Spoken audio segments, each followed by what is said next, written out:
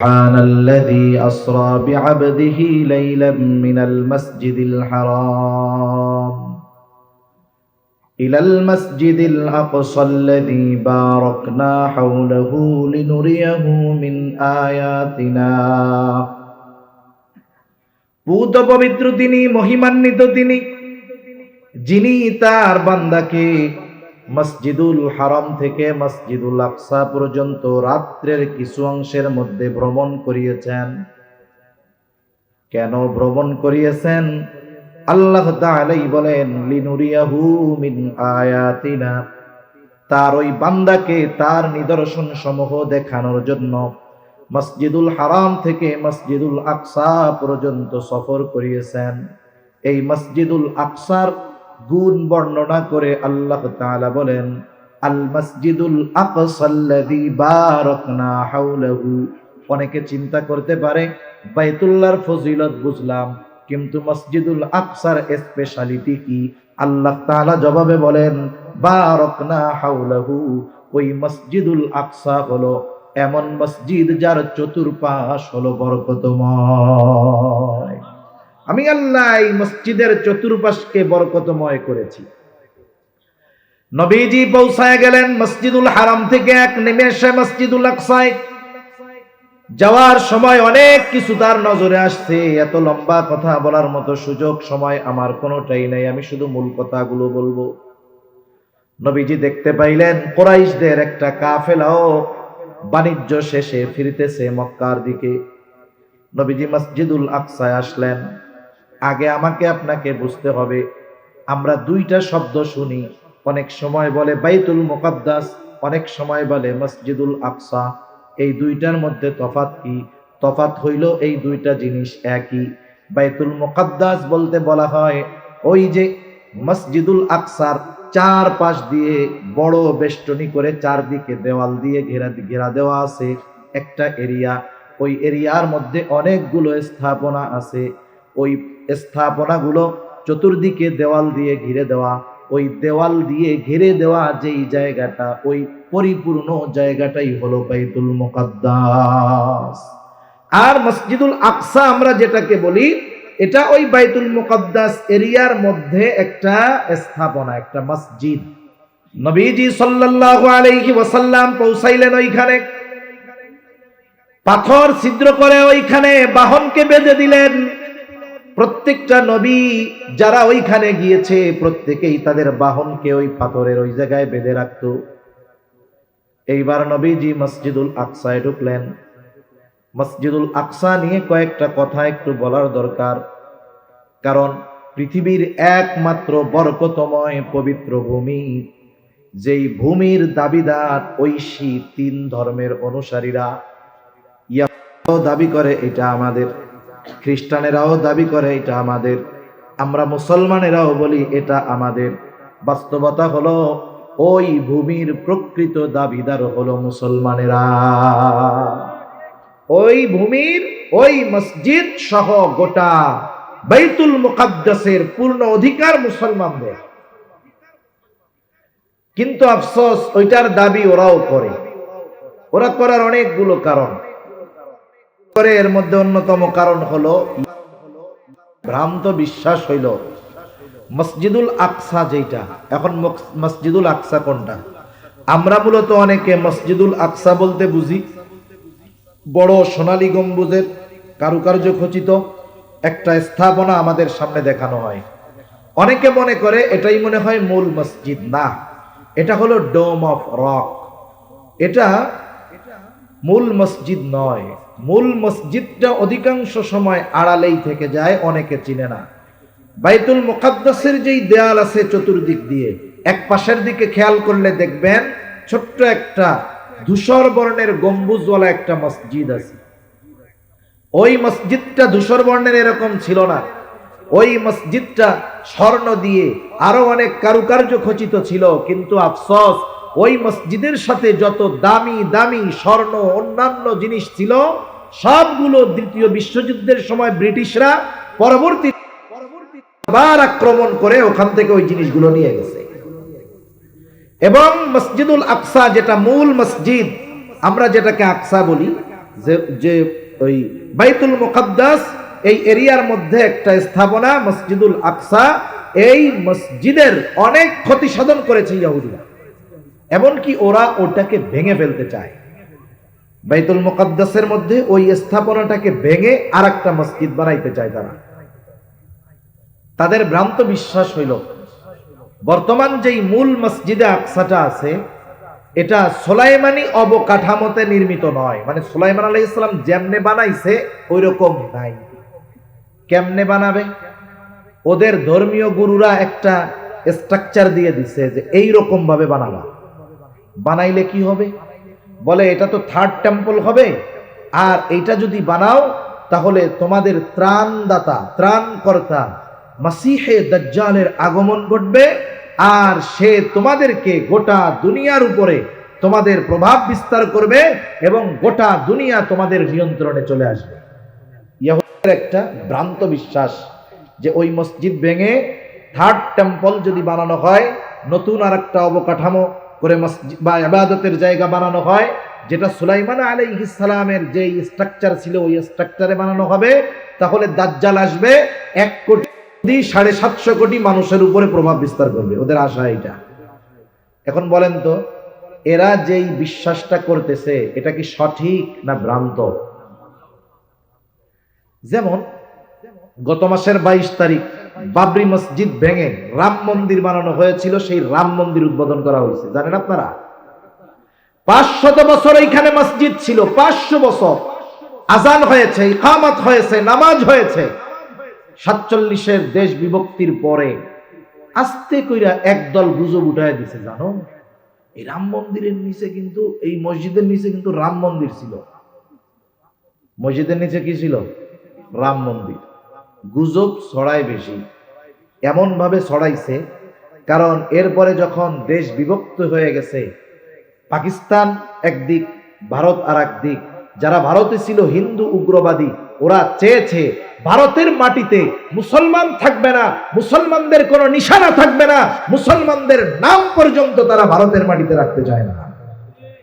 এজন্য মাঝে মধ্যে দেখেন না মুসলমানদের স্থাপনাগুলোর নাম পরিবর্তন করে ফেলে, বিভিন্ন প্রসিদ্ধ জায়গার নাম পরিবর্তন করে ফেলে। এই খবর মনে হয় আপনাদের কাছে নাই? আছে, বহু জায়গার নাম তারা পরিবর্তন করে ফেলতেছে। এই উপমহাদেশের অন্যতম শাসক মোগল সম্রাট জহিরুদ্দিন বাবর, ওনার নামে মসজিদ হলো বাবরি মসজিদ। মোগল সম্রাটদের অন্যতম এক আলোকময় ইতিহাস আছে এই ভারতবর্ষে। ওরা চায় যে মুসলমানদের স্থাপনা এবং নাম মুছে দিয়ে ইতিহাস থেকে মোগল সাম্রাজ্যের ইতিহাসকে ওরা মুছে দিতে চায়, মুসলমানদের ইতিহাস রাখতে চায় না ওরা। এই কর্মসূচি হলো ওদের। এখন বানানো হইল এই উগ্রবাদীদের পক্ষ অবলম্বন করে, জুলুম করে ওই জায়গায় ঘোষণা দেওয়া হইল নিচে রাম মন্দির ছিল। এখন যদি আদালত রায় দেয়, এক দলের তদন্ত করতে দিছে, ওই তদন্ত যারা করতেছে তারাও ওই দলের লোক, ওরা তদন্ত করে কইছে নিচে তো মন্দিরের অস্তিত্ব পাওয়া গেছে। আদালত রায় দিবে কি? তাহলে এটা ভাঙো, মন্দির বানাও। মসজিদের জন্য পাশে জায়গা দেওয়া হয়েছে, ওটা বাদ। মূল মসজিদ কেন ভাঙা হইল? কারণ হাদিসের ভাষ্য হলো যেখানে একবার মসজিদ হবে কিয়ামত পর্যন্ত ওখানে যা কিছু হোক না কেন ওটা মসজিদ হিসাবেই থাকবে। ঠিক কিনা বলেন? তুরস্কের আয়া সোফিয়া,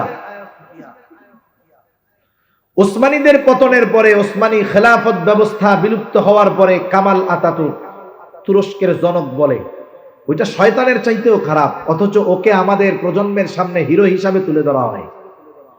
এই জানোয়ার, মানুষরূপী জানোয়ার, ও মসজিদ গুলাতে আজান বন্ধ করে দিয়েছে, টুপি বন্ধ করে দিয়েছে, কোরআন পড়া বন্ধ করে দিয়েছে, মসজিদ গুলাকে মিউজিয়াম বানিয়েছে। এই আয়া সোফিয়ায় 100 বছর নামাজ বন্ধ ছিল, মিউজিয়াম ছিল। বলেন তো আয়া সোফিয়ায় আবার নামাজ শুরু হয়েছে কি হয় নাই? 100 বছর বন্ধ থাকার পরে যদি আয়া সোফিয়াতে নামাজ শুরু হতে পারে, আমরা মুসলমানেরা এই বিশ্বাস রাখি, আমরা হয়তো দেখবো না, আমাদের আগামী প্রজন্ম হয়তো দেখবে, নাইলে তারপরের প্রজন্ম দেখবে ওই রাম মন্দিরে আবার আল্লাহ তাআলার একত্ববাদের ঘোষণা হবে ইনশাআল্লাহ। ওখানে আজান হবে, নামাজ হবে, হয়তো আমরা দেখতে পারবো না, পরবর্তী প্রজন্ম দেখবে ইনশাআল্লাহ। এই ইহুদিরা চায় ওই মসজিদুল আকসাকে ভেঙে গুড়িয়ে দিয়ে নতুন আর একটা উপাসনালয় বানাতে। বিশ্বাস হলো যদি বানাইতে পারে তাহলে দাজ্জালের আগমন ঘটবে এবং তারা দাজ্জাল তাদের ত্রাণকর্তা হয়ে গোটা দুনিয়ার মানুষের উপরে তাদের প্রভাব বিস্তার তারা করতে পারবে দাজ্জালের মাধ্যমে। এজন্য এই মসজিদের ব্যাপারে আমাদের দুই মসজিদের ব্যাপারে যেমন মোহাব্বত, মসজিদুল হারাম আর মসজিদুল নববীর প্রতি যেমন মোহাব্বত, মুমিন হিসাবে, মুসলমান হিসাবে প্রত্যেকটা মুমিন মুসলমানের অন্তরে আকসার মোহাব্বত থাকার দরকার আছে না নাই? আছে। এই জন্য মসজিদুল আকসার বিষয়ে কয়েকটা কথা জানি। এক নাম্বার, মসজিদুল আকসা এর চতুর্পাশকে বরকতময় করেছেন কে? এটা আল্লাহর ঘোষণা। আল্লাহ তাআলা এই বাইতুল মুকাদ্দাস তথা পবিত্র ভূমি আল্লাহই নাম দিয়েছেন এটার পবিত্র ভূমি। কোরআনুল কারীমের মধ্যে মূসা আলাইহিস সালাতু ওয়াস সালাম তার সম্প্রদায়কে বাইতুল মুকাদ্দাসের মধ্যে ঢুকে পড়ার আদেশ দিচ্ছেন। তৎকালীন সময়ে যাদের হাতে বাইতুল মুকাদ্দাসের নিয়ন্ত্রণ ছিল, আল্লাহ তাআলা চাইলেন বনি ইসরাইলদেরকে বাইতুল মুকাদ্দাস তথা জেরুজালেমের কর্তৃত্ব তুলে দিবে। আল্লাহ তাআলা নির্দেশ দিলেন শুধুমাত্র তারা জিহাদ করার জন্য এই শহরের মধ্যে ঢুকে পড়বে, বাইতুল মুকাদ্দাস তথা পবিত্র ভূমির মধ্যে তারা ঢুকবে। শত্রু যত শক্তিশালী হোক না কেন, বনি ইসরাইলদেরকে ওই শক্তিশালী সৈন্যদের বিরুদ্ধে বিজয় যিনি দান করবেন তিনি কে? এই জন্য মূসা আলাইহিস সালাম তার সম্প্রদায়কে বলতেছে, ইয়া কওমি দুখুলুল আরদাল মুকাদ্দাসাতাল্লাতী কাতাবাল্লাহু লাকুম ওয়ালা তারতাদ্দু আলা আদবারিকুম ফাতানকালিবু খাসিরিন। মূসা আলাইহিস সালাম বলেন, আমার সম্প্রদায়, তোমরা ওই পবিত্র ভূমিতে ঢুইকা পড়ো, যেই ভূমির মালিকানা আল্লাহ তোমাদেরকে লিখে দিয়েছে। আল্লাতী কাতাবাল্লাহু লাকুম, যেই পবিত্র ভূমির মালিকানা আল্লাহ তোমাদের লিখে দিয়েছে। তবে শর্ত হইল একটা, সামনের দিকে যাবা, খবরদার পিছু হটবা না। সামনের দিকে যদি যাও তোমাদের বিজয় সুনিশ্চিত, আর যদি পেছনের দিকে ফিরে আসো তোমরা ক্ষতিগ্রস্তদের অন্তর্ভুক্ত হয়ে যাবা। তাহলে বাইতুল মুকাদ্দাস তথা মসজিদুল আকসা এর আশপাশ ওই যে দেওয়াল দিয়ে ঘেরা এই জায়গাটা হলো পবিত্র ভূমি, বরকতময় ভূমি, পবিত্র ভূমি। ঘোষণা কার? আর একটু জোরে বলেন কার? এই মসজিদ হলো পৃথিবীর দ্বিতীয় মসজিদ। আবু যার গিফারি রাদিয়াল্লাহু তাআলা আনহু প্রশ্ন করতেছেন নবীজিকে, প্রশ্ন করতেছেন, বলতেছেন, আউয়ালু মা উদিয়া ফিল আরদি আউয়ালা আইয়ু মসজিদিন উদিয়া ফিল আরদি আউয়ালা। নবীজিকে বলতেছেন, এই পৃথিবীর বুকে প্রথম কোন মসজিদ প্রতিষ্ঠিত হয়েছে? নবীজি বললেন, আল মসজিদুল হারাম। এরপরে প্রশ্ন করতেছে, সুম্মা আইয়ুন, এরপরে কোনটা? নবীজি বলেন, আল মসজিদুল আকসা। এরপরে তিনি জিজ্ঞাসা করেন, এই দুইটার মাঝে ব্যবধান কত বছরের? কাম কানা বাইনাহুমা। নবীজি বলেন, 40 সানা। এই দুই মসজিদের মধ্যে ব্যবধান হলো 40 বছরের। কত বছরের ব্যবধান? 40 বছরের ব্যবধান। কোন কোন মুহাদ্দিসিন ইকরাম বলেন, কোন কোন মুফাসসির বলেন 40 বছর কেমনে হয়? কারণ মসজিদুল আকসা এটা নির্মিত হয়েছে ইব্রাহিম আলাইহিস সালামের হাতে, আর বাইতুল্লাহ নির্মাণ হয়েছে তো কত আগে। তাইলে এখানে এরকম হইল কেন? মূল বিষয়টা হলো এইরকম যে বাইতুল্লাহ তো মূসা আলাইহিস সালামের মহাপ্লাবনের সময় একেবারে ধ্বংস হয়ে গেছিল, মানে একেবারে ক্ষতিগ্রস্ত এত পরিমাণ হয়েছে যে ওইখানে যে ঘর ছিল টেরি পাওয়া যাইত না। শুধুমাত্র ওইখানে একটা বালুর ডিবি ছিল। ওই যে আল্লাহ তাআলা শিশু নবী ইসমাইল আলাইহিস সালাম ও তার মা হাজেরা আলাইহিস সালামকে আল্লাহর নির্দেশে ইব্রাহিম আলাইহিস সালাম রাইখা আসলেন ওইখানে। জনমানবহীন প্রান্তর, কিচ্ছু নাই। যাইয়া দেখেন শুধুমাত্র একটা উঁচু বালুর ডিবি, ওর পাশে স্ত্রী সন্তানকে রাইখা আসতেন আল্লাহর আদেশে। আল্লাহ কেন ওইখানে নেওয়াইছেন কারণ হইল আল্লাহ তাআলা ইসমাইল আলাইহিস সালাম আর ইব্রাহিম আলাইহিস সালামের মাধ্যমে তার ঘরকে আল্লাহ তাআলা পুনরায় প্রতিষ্ঠিত করবে। সুবহানাল্লাহ। এরপরে ইসমাইল আলাইহিস সালাম বড় হইছে ওই জায়গায়, এক জায়গায় যে দীর্ঘকাল বসবাস করে ওই জায়গার প্রতি একটা মায়া মহব্বত জাগ্রত হয় কি হয় না? দেখবেন যেই জায়গায় আপনি জন্ম থেকে আছেন, একেবারে শিশুকাল থেকে দীর্ঘকাল, ওই জায়গার প্রতি আলাদা একটা মহব্বত থাকে, ঠিক না? ইসমাইল আলাইহিস সালাম ওনার বংশ বিস্তার হয়েছে ওইখানেই। এরপরে বড় যখন হইছেন আল্লাহর নির্দেশে বাপ বেটা দুইজনে মিলে ওই কাবাকে ওনারা সংস্কার করছেন। এর 40 বছর পর ইব্রাহিম আলাইহিস সালাতু ওয়াস সালাম মসজিদুল আকসা ওনার হাতে প্রতিষ্ঠিত করছেন। এই হিসাবে হলো দুইটার মধ্যে ব্যবধান কত বছর? 40 বছর। এই মসজিদের অন্যতম একটি বৈশিষ্ট্য হলো এটা মুসলমানদের প্রথম কিবলা। রাসূল আকরাম সাল্লাল্লাহু আলাইহি ওয়াসাল্লাম হিজরতের পূর্বে ওই দিকে ফিরে নামাজ পড়েছেন, হিজরতের পরেও 16 মাস ওই দিকে ফিরে নামাজ পড়ছেন। আব্দুল্লাহ ইবনে আব্বাস রাদিয়াল্লাহু তাআলা আনহু থেকে বর্ণিত, তিনি বলেন, কানা রাসূলুল্লাহ সাল্লাল্লাহু আলাইহি ওয়াসাল্লাম ইউসাল্লি বিমাক্কাতা নাহওয়া বাইতুল মুকাদ্দাস। নবীজি বাইতুল মুকাদ্দাসের দিকে ফিরে নামাজ পড়তেন যখন তিনি মক্কায় ছিলেন। ওয়াল কাবাতু বাইনা ইয়াদাই, কাবা তাদের মাঝে থাকতো, তার মানে নবীজি দক্ষিণ পাশে দাঁড়াইতেন, উত্তর দিকে হলো বাইতুল মুকাদ্দাস। নবীজি দক্ষিণ পাশে দাঁড়াইয়া আগে সামনে কাবাকে রাখতেন, এরপরে উত্তর দিকে থাকতো বাইতুল মুকাদ্দাস। বাদামা হাজারা ইলাল মাদিনা 16 শাহরা, নবীজি যখন হিজরত করে মদিনায় চলে গেলেন 16 মাস ওই দিকে ফিরে নামাজ পড়ছে। এখন তো উত্তর দিকে জেরুজালেম, মদিনা উত্তরে, মদিনার থেকে আরো উত্তরে বাইতুল মুকাদ্দাস। এখন যদি নবী বাইতুল মুকাদ্দাসের দিকে ফিরে নামাজ পড়েন, কাবাকে সামনে রাখার কোনো উপায় থাকে না, কাবা পড়ে যায় পেছনে। কিন্তু নবীজির অন্তরের মধ্যে তামান্না, কাবা যদি মুসলমানদের জন্য কেবলা হতো কতই না ভালো হতো। নবীজির অন্তরে সব সময় এই তামান্না ছিল, নবীজির অন্তরে সব সময় এই আশা ছিল। নবীজি মদিনায় হিজরত করবার পর আল্লাহ তাআলা ইহুদিদেরকে আস্তে আস্তে দুর্বল বানায় দিলেন, তারা অর্থনৈতিকভাবে দুর্বল হতে শুরু করলো, আল্লাহর ব্যাপারে বিভিন্ন অপবাদ তারা দিতে থাকলো। নবীজিও বুঝতে পারলেন যে এখন মদিনায় আর ইহুদিদের আগে সেই প্রভাব প্রতিপত্তি নাই, এখন যদি কাবা কিবলা পরিবর্তন হয়ে যায় কোনো সমস্যা নাই। নবীজি একদিন নামাজে দাঁড়ায় গেছেন বাইতুল মুকাদ্দাসের দিকে ফিরে, এইবার অন্তরের মধ্যে ওই আশাটা অতিমাত্রায় জাগ্রত হয়ে গেছে যে কাবা যদি মুসলমানদের কিবলা হতো কতই না ভালো হইতো। নবীজি বারবার আকাশের দিকে তাকাচ্ছেন নামাজের মধ্যে, অন্তরের মধ্যে আশা, কাবা যদি মুসলমানদের জন্য কিবলা হয় কতই না ভালো হয়। নবীজির অন্তরে এই আশা আর আকাশের দিকে নবীজি বারবার তাকায়। বলেন তো দুনিয়ার কেউ এই তাকানোর অর্থ বুঝুক আর না বুঝুক, জানুক আর না জানুক, যিনি বোঝেন যিনি জানেন তিনি কে? আল্লাহ তাআলা ওহী নাযিল করে বলেন, قد نرى تقلب وجهك في السماء فلنولينك قبلة ترضاها। কেন আপনি বারবার উপরের দিকে তাকান? আমি আল্লাহ দেখি, তাকানোর কারণটাও আমি আল্লাহ জানি। ফালানুওয়াল্লিয়ান্নাকা কিবলাতান, আমি আপনার জন্য কিবলা পরিবর্তন করে দিব। তারদাহা, আপনি যেমনটা চান, তার মানে আপনার চাওয়া অনুযায়ী আপনার জন্য আমি কিবলাটাকে ঘুরায়া দিব। 2 রাকাত হয়ে গেছে নামাজ।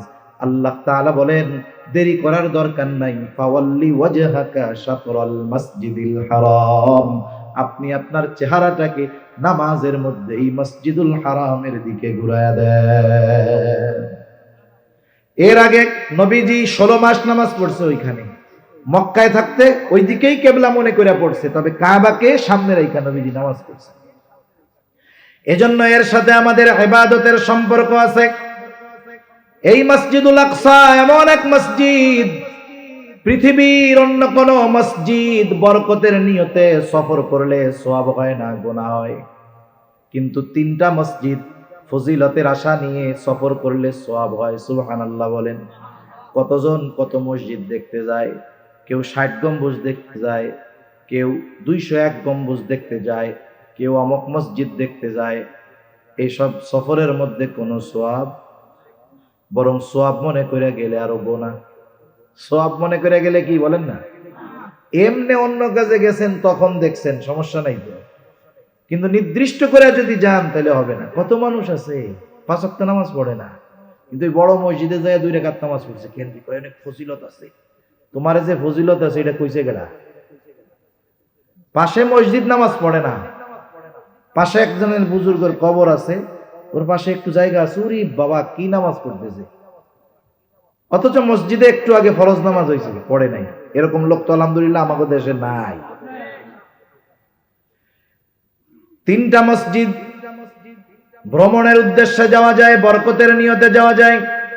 মসজিদুল হারাম, মসজিদুল নববী, আর হইল মসজিদুল আকসা। বরং কোন কোন সময় তো ওখানে যাওয়াটা ফরজ হয়ে যায়। যার উপরে হজ ফরজ, বলেন তো তার জন্য বাইতুল্লাহ জিয়ারত ফরজ না ওয়াজিব না সুন্নাত? ফরজ না? যার হজ ফরজ হয়েছে তার তাওয়াফ তো করতে হবে, এটা তো ফরজ কাজ। পৃথিবীর অন্যতম মসজিদ এই মসজিদ, যেই মসজিদে দাজ্জাল ঢুকতে পারবে না। নবীজি সাল্লাল্লাহু আলাইহি ওয়াসাল্লাম বলেন, আখেরি জামানায় যখন দাজ্জালের আবির্ভাব ঘটবে, সব জায়গায় সে পৌঁছায়া যাবে, চারটি জায়গা ছাড়া। একটা হলো মসজিদুল হারাম। মসজিদুল হারামের যে এরিয়া, এর মধ্যে ঢুকতে পারবে না, ফেরেশতারা চতুর্দিক দিয়ে পাহারা দিবে। মসজিদুল নববী, এই মসজিদের এরিয়ার মধ্যে ঢুকতে পারবে না। আরেকটা হলো বাইতুল মুকাদ্দাসে ঢুকতে পারবে না। 4 নাম্বার আরেকটা মসজিদ আছে মসজিদুত তুর, ওই মসজিদের মধ্যেও দাজ্জাল ঢুকতে পারবে না। আরো অনেক ফজিলত আছে এই মসজিদের। এই মসজিদের অন্যতম এক ফজিলত, যে দুনিয়ার অন্য কোথাও যেটা ঘটে নাই। কি ঘটছে এই মসজিদে?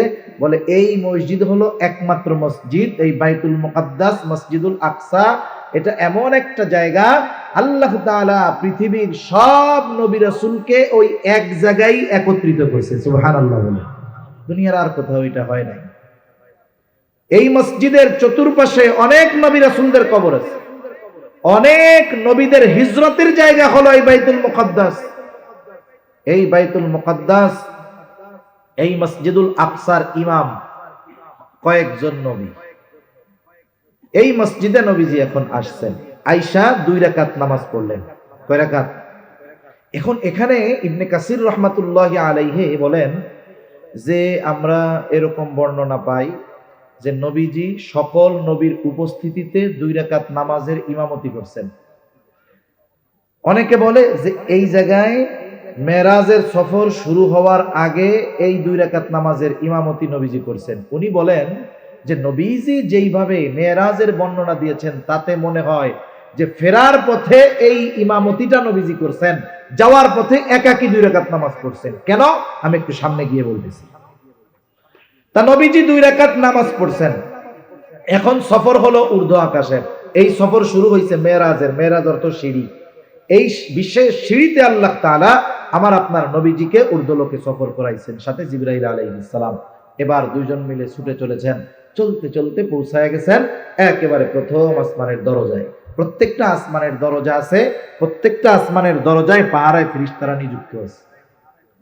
জিবরাইল আলাইহিস সালাম আওয়াজ করলেন, কে? বলে আমি জিবরিল। আপনার সাথে কে? বলে মুহাম্মাদুর রাসূলুল্লাহ সাল্লাল্লাহু আলাইহি ওয়াসাল্লাম। আপনার সাথে কি ওনাকে নিয়ে যাইতে বলা হয়েছে? বলে হ্যাঁ। এইবার ফেরেশতারা নবীজিকে অভিবাদন জানাইলেন, স্বাগতম জানাইলেন, ওয়েলকাম জানাইলেন। নবীজির সাথে প্রথম আসমানে সাক্ষাৎ হইল হযরত আদম আলাইহিস সালামের। জিবরাইল আলাইহিস সালাম আদম আলাইহিস সালামের সাথে আমার আপনার নবীজির পরিচয় করায়া দিলেন। এখন আসেন, যদি নবীজি মসজিদুল আকসায় মেরাজের সফরের আগেই ওই নবীদের উপস্থিতিতে নামাজ পড়াইতেন, আশা করা যায় ওইখানেই আগে সব নবীর সাথে আমার আপনার নবীর পরিচয় হয়ে যাইত। তাইলে যদি নামাজ পড়াইয়াই থাকেন, তাইলে প্রথম আসমানে যাওয়ার পরে আদম আলাইহিস সালামের সাথে পরিচয় করায় দেওয়ার দরকার কি? কারণ একটু আগেই তো দেখা হয়েছে। কথা বুঝেন নাই? আল্লামা ইবনে কাসির রাহমাতুল্লাহি আলাইহি বিশদ গবেষণার পরে বলতেছেন যে আসলে এই ইমামতিটা হইছে লাস্ট। আদম আলাইহিস সালামের সাথে কথাবার্তা হইল, আদম আলাইহিস সালাম দোয়া কইরা দিলেন। এবার দ্বিতীয় আকাশে সফর, আবার ওইরকম জিজ্ঞাসাবাদ হলো, পরিচয় জানতে চাওয়া হইল। ফেরেশতারা দরজা খুলে দিল। নবীজিকে অভিবাদন স্বাগতম জানানোর পর দ্বিতীয় আসমানে দেখা হইল ঈসা ইয়াহইয়া আলাইহিস সালাম দুইজনের সাথে। এনরা পরস্পর হইলেন খালাতো ভাই। দুজনে দোয়া করলেন, কথা হলো। এবার ওনারা দোয়া করলেন, সফর শুরু করলেন তৃতীয় আসমানের দিকে।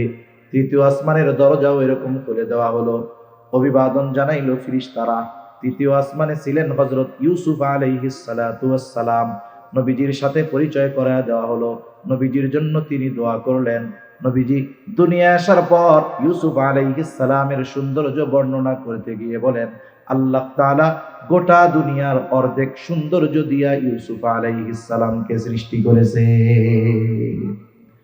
এইবার চললেন চতুর্থ আসমানে, ওই রকম দরজা খোলা হলো, অভিবাদন জানাইলো ফেরেশতারা। চতুর্থ আসমানে সাক্ষাৎ হলো ইদ্রিস আলাইহিস সালামের সাথে। নবীজির জন্য তিনিও দোয়া করলেন। চতুর্থ আসমান থেকে পঞ্চম আসমান, ওই রকম কথাবার্তা হলো, দরজা খুলে দেওয়া হলো।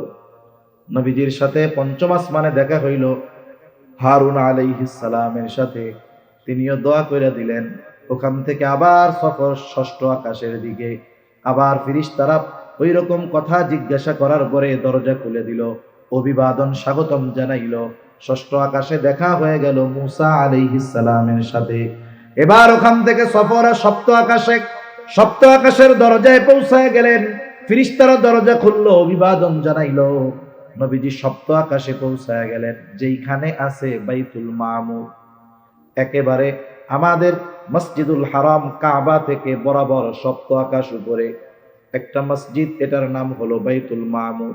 দুনিয়ার মানুষেরা যেমন ওই মসজিদ তাওয়াফ করে, ফেরেশতারাও বাইতুল মামুর তাওয়াফ করে। নবীজিকে এক হাদিসের মধ্যে জিজ্ঞাসা করা হয়েছে, ইয়া রাসূলুল্লাহ, ফেরেশতাদের সংখ্যা কত? নবীজি বলেন, শোনো, আমাদের যেমন এই যে কাবা, ঠিক এই বরাবর সপ্ত আকাশের উপরে আর একটা মসজিদ আছে, ওইটার নাম হলো বাইতুল মামুর। ওইখানে দৈনিক 70,000 ফেরেশতা তাওয়াফ করে। একবার যারা তাওয়াফ করে বের হয়, কিয়ামত পর্যন্ত দ্বিতীয়বার তাওয়াফ করার সুযোগ আর তারা পাবে না। তাহলে ফেরেশতাদের মূলত সংখ্যা কত, এটা মূলত ভালো জানেন কে? আল্লাহ জানে। ওই বাইতুল মামুরের একটা দেয়ালে হেলান দিয়ে বসে আছেন মুসলিম মিল্লাতের পিতা ইব্রাহিম আলাইহিস সালাতু ওয়াস সালাম। এবার কথাবার্তার পরে ওনারা চলছেন, আবার চলতে চলতে পৌঁছায় গেলেন কোথায়? বলে ইনদা সিদরাতিল মুনতাহা, একেবারে সীমান্তের বড়ই গাছের কাছে পৌঁছায় গেছেন। নবীজি এই বড়ই গাছের বর্ণনা দেন, বলেন এর এক একটা পাতা হইল হাতির কানের মতো, এক একটা বড়ই হইল হাজারের মটকার মতো। আমাদের অঞ্চলে বলে কুলা, ওই কুলার মতো এক একটা বড়ই, বিশাল বড় বড় সাইজের। ওই জায়গায় জিবরাইল আলাইহিস সালামকে নবীজি দ্বিতীয়বার ওনার সশরীরে দেখছে। নবীজি বলেন জিবরাইলের 600 ডানা আছে। কয়শো ডানা? 600 ডানা। একেবারে নিকট হয়ে গেছে, কাছাকাছি হয়ে গেছে দুইজন। দেখেন মেরাজের ঘটনায় অনেক চটকদার চটকদার ঘটনা আছে, এটা কিন্তু আমরা হাদিসের মধ্যে পাই না। কতজন কি কয় তখন? এই জায়গায় কয় না এরকম বলে। জিবরাইল তখন বলতেছে, ওই সীমান্তের বড়ই গাছ ওইখানে আইসা বলতেছে, হুজুর, এখন থেকে বাকি সফর আপনার একা করতে হবে, বাকি সফরে আমি আপনার সাথে যাইতে পারবো না। নবীজি বলে, জিবরাইল রে, কেন যাইতে পারবো না? কারণ কি? বলে, হুজুর, আমি যদি আপনার সাথে এইখান থেকে আর এক কদম সামনে যাই, আমার 600 নূরের পাখনা পুড়ে ছাই হয়ে যাবে। আর পাবলিক কই সুবহানাল্লাহ। কিন্তু এটা যে পাইলো কই, এটা বুঝলাম না। এটা শুনতে খুব মজা লাগে, কিন্তু এর কোনো বাস্তবতা নেই। তা জিবরাইল আলাইহিস সালাম বললেন, বাকি সফর আপনার একা। আল্লাহ তাআলা বিশেষ ব্যবস্থায় আমার আপনার নবীজিকে আল্লাহ তাআলা মেহমান বানায় নিয়ে গেলেন। এখানে নবীজিকে আল্লাহ তাআলা 3টা হাদিয়া দিয়েছে। কয়টা হাদিয়া দিয়েছে? জোরে বলেন। 3টা। একটা হলো সূরা বাকারার শেষ কয়েকটা আয়াত। দ্বিতীয় হাদিয়া, যে আপনার যেই উম্মত শিরিক করবে না, ওরে আমি মাফ করে দিব। যে উম্মত শিরিক করবে না, তাকে মাফ করে দিব, এই সুসংবাদ। তৃতীয়, 50 ওয়াক্ত নামাজ। নবীজি হাদিয়া নিয়ে চলে আসছেন। আমি যেহেতু শেষ করে দিব, সংক্ষেপে বলি। এখন ফিরতেছেন, ফেরার পথে মুসা আলাইহিস সালামের সাথে দেখা, যে আপনি তো আল্লাহর মেহমান হইয়া গেলেন, আপনার উম্মতের জন্য আল্লাহ কি দিছে? 50 ওয়াক্ত নামাজ দিছে। বলে, আপনি ফিরা যান, আল্লাহর কাছে সহজ করতে বলেন। নবীজি এইবার গেলেন। এক বর্ণনায় আসছে একবারে 10 রাকাত করে কমাইছে, আর একবার হলো 5 রাকাত করে কমাইতেছে। মুসা আলাইহিস সালামের কাছে আসে, বলে আপনি আবার যান, আসে আবার যান। এক সময় এই যাওয়া আসা করতে করতে লাস্টে গিয়ে আছে 5 ওয়াক্ত। কয়ক্ত দিছিল? কয়ক্ত আছে? কয়ক্ত? মুসা আলাইহিস সালাম বলে, আপনি আবার যান, আপনার আগে আমি এই মানব জাতির নবী ছিলাম, আমি জানি আপনার উম্মত এটাও পারবে না, আপনি আবার যান। নবীজি বলেন, আমার লজ্জা লাগতেছে। আর কতজন মনে মনে কয়, আরে নবী যদি এইবার যাইতে হতো, এই তো কাম সারা, খালি জুম্মার নামাজটাই থাকতো, আর কোনো টেনশনই থাকতো না আমাদের। হ্যাঁ, নবীজি বলেন, আমার লজ্জা লাগতেছে। আল্লাহ তাআলা জানাইলেন, ঘোষণা দিছিলাম কত, আমি কাজ হালকা করছি কিন্তু বিনিময় আমি কমাবো না। এই জন্য আপনার উম্মত 5 ওয়াক্ত পড়বে, যে 5 ওয়াক্ত পড়বে কমপক্ষে 50 আমল নামায় দিয়ে দিবে। সুবহান। এইবার ফেরার পথে মেহমান যখন যায়, মেজবান একটু আগায়া দেয় না? আগায়া দেয়। যেহেতু ওইখানে নবীরাও আছে, ওনারাও মোটামুটি মেজবান বললে চলে। এইবার সব নবীরা নবীকে আগায়া দিতে আসছে। এইবার মসজিদুল আকসায় সকলে একত্রিত হয়েছেন। এখন সবাই 2 রাকাত নামাজ পড়বে, নামাজের জন্য দাঁড়াইছে। কে ইমামতি করবে? এখানে তো আদম আলাইহিস সালাম আছে, মানব কুলের পিতা, মুসলিম মিল্লাতের পিতা আছে, ঈসা রূহুল্লাহ আছে, মুসা কালিমুল্লাহ আছে। ইমাম কে হবে? কেউ সামনে আগায় না। জিবরাইল আলাইহিস সালাম আমার আপনার নবীকে সামনে আগায় দিয়া বলেন, আজকে এই নবীদের এই জামাতের ইমাম হবেন আপনি। সুবহানাল্লাহ। আমার আপনার নবীর এই জন্য আরেকটা উপাধি কি? ইমামুল আম্বিয়া। কি বলেন না? ইমামুল আম্বিয়া, নবীদেরও নবী আমার আপনার নবী। সফর শেষ হলো, নবীজি এবার পরের দিন সকাল বেলায় বাইতুল্লাহর চত্বরে উপস্থিত সাহাবায়ে কেরামের সামনে গত রাত্রের ঘটনাটা বর্ণনা করতেছে। গত রাত্রের ঘটনা বর্ণনা করতেছে। তাকবীর দেই, নারায়ে তাকবীর। মাশাআল্লাহ। মনিরুজ্জামান আল জামি সাহেব চলে আসছে। আপনারা যারা আশেপাশে আছেন সকলে চলে আসেন, আমি শেষ করে দেই এখনই। এখন দেখেন, নবীজি গত রাত্রের ঘটনা বর্ণনা করতেছে উপস্থিত সাহাবায়ে কেরামের সামনে। এখন মনে করেন, একটু খেয়াল দিয়ে শুনবেন, স্বপ্নে আমি আপনি যাই দেখি না কেন, আপনি যদি কারো কাছে গিয়ে বলেন স্বপ্নে আমি এটা দেখছি, এই কারণে আপনাকে কেউ দোষারোপ করতে পারবে? আমি যদি আপনাদের কর্ণফুলী থানায় গিয়ে বলি, আপনারা যদি কেউ বলেন থানায় গিয়ে, ওসি সাহেব কি হয়েছে, বলে আমি তো পরপর 15 দিন স্বপ্নে দেখছি আমি বাংলাদেশের প্রেসিডেন্ট হয়ে গেছি, ওসি সাহেব আপনারা অ্যারেস্ট করবে না, হাইসে দেয়া বলবে, আরে ভাই এরকম স্বপ্ন আমিও কত দেখি।